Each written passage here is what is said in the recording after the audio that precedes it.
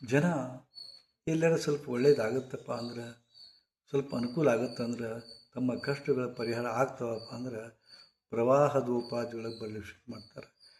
ಹಿಂಡಾಗಿ ಬರ್ಲಿಕ್ಕೆ ಶುರು ಮಾಡ್ತಾರೆ. ಅದು ಹಾಸನಾಂಬ ಇರಲಿ, ಕೊಟ್ಟಿಯೂರು ಇರಲಿ, ಅಥವಾ ಕೇರಳದೊಳಗೊಂದು ಎಂಥ ಚಿಕ್ಕದು ತಾಂತ್ರಿಕ ದೇವಸ್ಥಾನಗಳದಾವೆ. ಉಕ್ಕಡ ಗಾತ್ರಿ ಅಂತವು, ತುಳಜಾಭವಾನಿ ಅಂತವು, ತುಳಜಾಪುರದಂಥವು.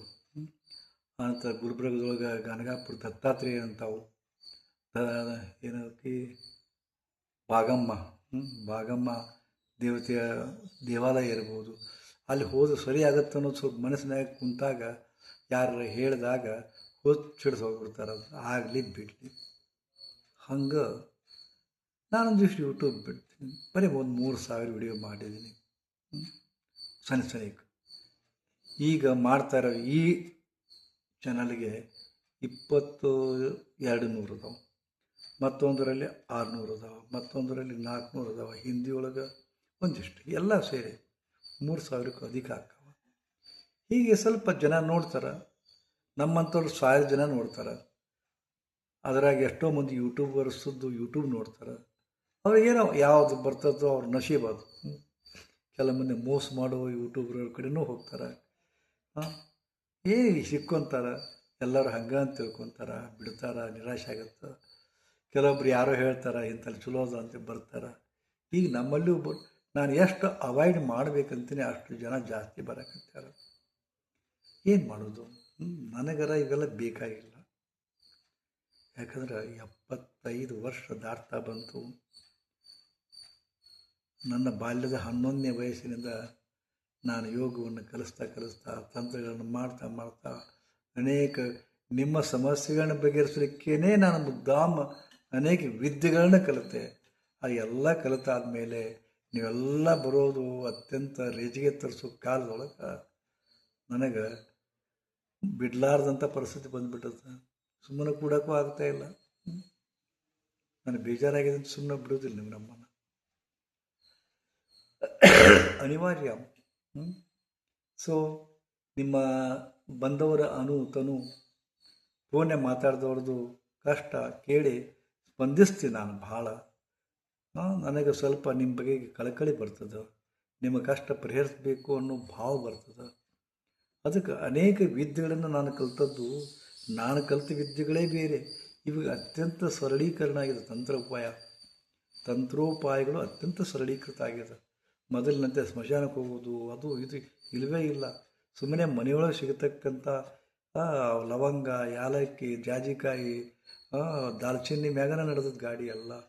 ಅರಿಶಿನ ಪುಡಿ, ಕಾಫಿ ಪುಡಿ, ಚಹಾ ಪುಡಿ, ವಿಕ್ಸ್, ಇದ್ರ ಮ್ಯಾಗ ಎಷ್ಟು ಕೆಲಸ ಆಗತ್ತೀವಪ್ಪ ಅಂದ್ರೆ ಇವೆಲ್ಲ ನನಗೆ ಗೊತ್ತಿರಲಿಲ್ಲ ಅಂತ ಅನ್ನಿಸ್ತದೆ ಒಮ್ಮೊಮ್ಮೆ ಹೆಚ್ಚು. ಮತ್ತು ಇಂಥವ್ರ ಬಗೆಗೆ ನಾನು ಎಷ್ಟೋ ಜನರು ತಯಾರು ಮಾಡಿ ತಂತ್ರ ಉಪಾಯದೊಳಗೆ, ತಾಂತ್ರಿಕ ಇದ್ರೊಳಗೆ. ಬಟ್ ಅದ್ರಾಗ ನನ್ನ ಶಿಷ್ಯರು ಹೋಗಿ ಕೆಲವೊಂದು ವಿದ್ಯೆಗಳನ್ನ ಮತ್ತು ಪ್ರತ್ಯೇಕ ನನ್ನ ಕಣ್ಣು ಕಲ್ತಾರೆ, ಮತ್ತೊಬ್ಬರ ಕಣ್ಣು ಕಲ್ತಾರೆ. ಈಗ ಅವ್ರು ಕೆಲವೊಂದು ನನಗಿಂತ ಎಕ್ಸ್ಪರ್ಟ್ ಆಗ್ಯಾರ, ಒಪ್ಕೊತೀನಿ. ನನಗೆ ಹೆಮ್ಮೆ ಅನ್ನಿಸ್ತದೆ. ಅತ್ಯಂತ ಈ ಅಡುಗೆ ಮನೆ ಸಾಮಾನು ಬಳಸ್ಕೊಂಡು ಮತ್ತು ಕೆಲವು ಸಂಖ್ಯೆಗಳನ್ನು ಬಳಸ್ಕೊಂಡು, ಕೆಲವು ಅತ್ಯಂತ ಸರಳ ವಿಧಾನ ಬಳಸಿಕೊಂಡು ಕಷ್ಟ ಕಾರ್ಪಣ್ಯಗಳನ್ನು ಕಳ್ಕೊಳ್ತಕ್ಕಂಥ ತಂತ್ರಗಳನ್ನ ಅವ್ರು ಹೇಳ್ತಾ ಇದ್ದಾರೆ. ಸುತ್ತು ಬಳಸಿ ಹೇಳೋದಂದ್ರೆ ಇದೊಂದು ತೇಜಪತ್ರದ ಬಗ್ಗೆ ನನ್ನ ಶಿಷ್ಯರು ನನಗೊಂದಿಷ್ಟು ಕ್ಲೂ ಕೊಟ್ಟಿದ್ದಾರೆ. ಇದು ತೇಜಪತ್ರ ಅಂತಾರೆ, ಇಂಗ್ಲೀಷ್ನಾಗ ಬೇ ಲೀಪ್ ಅಂತಾರೆ ಇದಕ್ಕೆ.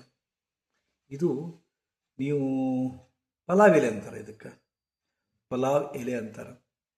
ನಿಸರ್ಗದೊಳಗೆ ಎಷ್ಟು ಚಮತ್ಕಾರ ಅಡಗಿದೆಪ್ಪ ಅಂದ್ರೆ ಭಕ್ತಿಯಿಂದ, ಶ್ರದ್ಧೆಯಿಂದ, ನಂಬಿಕೆಯಿಂದ, ವಿಶ್ವಾಸ ಇಟ್ಟು ನಾವು ಏನು ಮಾಡ್ತೀವೋ ಅದು ನಗಣ್ಯ ರೀ. ವಸ್ತು ಏನೇ ಇರಲಿ, ಮಾಡ್ತಕ್ಕಂಥ ಸಾಧನ ಏನೇ ಇರಲಿ, ಅದು ಅಂಕಿ ಇರಲಿ, ಸಂಖ್ಯೆ ಇರಲಿ, ಬಟ್ ಶ್ರದ್ಧಾ ಬೇಕು. ಆದರೆ ನಾನು ಕಂಡಂತೆ ಶ್ರದ್ಧಾ ಇರಲಿ ಬಿಡಲಿ, ಮನಸ್ಸಿರಲಿ ಬಿಡಲಿ, ಕೆಲವೊಂದನ್ನು ಬಳಸಿದಾಗ ಅಪರೂಪದ ಲಾಭ ಪರಿಣಾಮ ಆಗಿದ್ದನ್ನು ನಾನು ಅನೇಕ ಕಣ್ಣಾರೆ ಕಂಡಿದ್ದೀನಿ. ನಾನು ಎಷ್ಟು ಜನಕ್ಕೆ ಹೇಳಿ ಒಟ್ಟಿಗೂ ಫಲ ದೊರಕಿದ್ದನ್ನು ನಾನು ಕಂಡಿದ್ದೀನಿ. ನಾನು ಹೇಳಿ ಹೊರಟಿದ್ದು ತೇಜಪತ್ರಿ ಅಂತಾರೆ ಇದಕ್ಕೆ. ಇದ್ರ ಬಗೆಗೆ ಇದು ನಿಮ್ಮ ಪ್ರಾಸ್ಪಾರಿಟಿಗೆ, ಅಟ್ರ್ಯಾಕ್ಷನ್ಗೆ, ವೈರತ್ವ ನಿವಾರಣೆಗೆ, ಜಾಬ್ ಸರ್ಚಿಂಗಿಗೆ, ಏನು ಹೇಳಬೇಕು, ವಶೀಕರಣಕ್ಕೆ. ಹೌದಾ? ಎಷ್ಟು ಅದ್ಭುತ ಅಂದರೆ ಈ ನನಗೆ ಇದು ಹೆಂಗೆ ಆಗ್ತದೆ ಅಂತ. ಮತ್ತು ಇದೊಂದು ಮತ್ತು ಭೋಜಪತ್ರ. ಆಯುರ್ವೇದದೊಳಗೆ ತೇಜಪತ್ರ ಮತ್ತು ಭೋಜಪತ್ರ ಅತ್ಯಂತ ಫೇಮಸ್ ರೀ. ಭೋಜಪತ್ರದ ಮೇಲೆ ದಾಳಿಂಬೆ ಲೆಕ್ಕನಿಕೆ ಮಾಡಿಕೊಂಡು ಈ ಒಂದು ನಿರ್ದಿಷ್ಟ ಶಾಯಿಯಿಂದ ಕೆಲವು ಯಂತ್ರಗಳನ್ನು ಬರೆದಾಗ ಅದ್ಭುತ ಪರಿಣಾಮ ಆಗಿದ್ದನ್ನು ನಾನು ಕಂಡಿದ್ದೀನಿ. ನಾ ಮೊದಲು ಅವನ್ನೇ ಹೇಳ್ತಿದ್ದೆ. ಅದ್ರ ಕೂಡ ಈ ತೇಜಪತ್ರ ಕೂಡ ಇದರ ಮೇಲೆ ಒಂದಿಷ್ಟು ಅಂಕಿ ಬರೆಯೋದು. 1176, 745, 751, 786, 4418 ಈ ಥರ ಮೇಲೆ ಒಂದು ಬರೆಯೋದು, ಕೆಳಗಡೆ ವಿಶ್ ಬರೆಯೋದು, ನನಗೇನು ಆಗಬೇಕು ಬರೆಯೋದು. ವಶೀಕರಣದೊಳಗೆ ಹಿಂದೆ ಅವನ ಅಕ್ಷರ ಬರೆಯೋದು, ಅವನ ಹೆಸರು ಬರೆಯೋದು, ಮುಂದೆ ನಿಮ್ಮ ಹೆಸರು ಬರೆಯೋದು. ಇದನ್ನು ಮಾಡಿ ಒಂದಿಷ್ಟು ದಾಲ್ಚಿನ್ನಿ ಪುಡಿ ಹಾಕಿ ಇದನ್ನು ಸುಟ್ರಪ್ಪ ಅಂದ್ರೆ ಏನು ಚಮತ್ಕಾರ ಆಗುತ್ತೆ ರೀ. ಅದಕ್ಕೆ ಮನೆಯೊಳಗೆ ತೇಜಪತ್ರ ಇಟ್ಟಿರಿ. ಬೇಲೀಪ್ ಅಂತಾರೆ, ತೇಜಪತ್ರ ಅಂತಾರೆ, ಪಲಾವ್ ಎಲೆ ಅಂತಾರೆ. ತುಂಡಾಗದ ಪಲಾವ ಎಲೆಯನ್ನು ಇಟ್ಕೊಳ್ಳಿ. ಇದು ಅತ್ಯಂತ ಸೋವಿಯದ ಚೀಪ್ ಅದ. ಎಲ್ಲ ಗ್ರಂಥಿಗೆ ಅಂಗಡಿಗಳು ಸಿಗುತ್ತದೆ. ಇದರ ಮಹಿಮಾ ಭಾಳ ಅದ. ಇದ್ರ ಬಗ್ಗೆ ನಾನು ಹೇಳ್ತಾ ಹೋಗ್ತೀನಿ ಇನ್ನು ಮುಂದೆ ಬರ್ತಕ್ಕಂಥ ಕಾರಣ. ಇದನ್ನು ಕೂಡ ನೀವು ತರಿಸಿಟ್ಕೊಳ್ಳಿ.